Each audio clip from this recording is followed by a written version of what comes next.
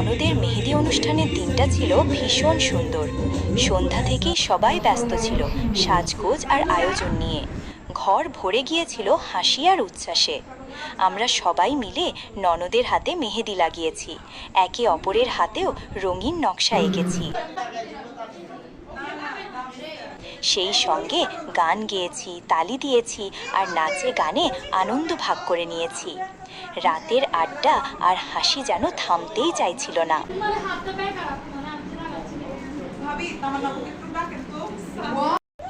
পরের দিন সকালে উঠে দেখি হাতে মেহেদির গাঢ় রং, যেন আগের রাতের সব আনন্দ জমে রঙে ফুটে উঠেছে। সবাই একসাথে রং খেললাম, হাসলাম, মজা করলাম। চারপাশ ভরে গেল খুশির উচ্ছ্বাসে। আসলে মেহেদি মানেই শুধু সাজ নয়, এটা একটা অনুভূতি। এটা গান, হাসি, খুশি আর পরিবারের ভালোবাসার মিশেল।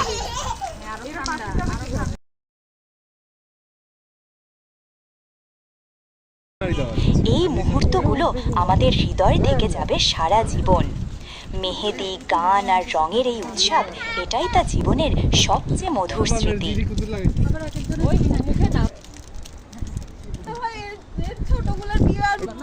পাক পাক করে দিতে এগুলো মিক্স ভাবি না লাগাও।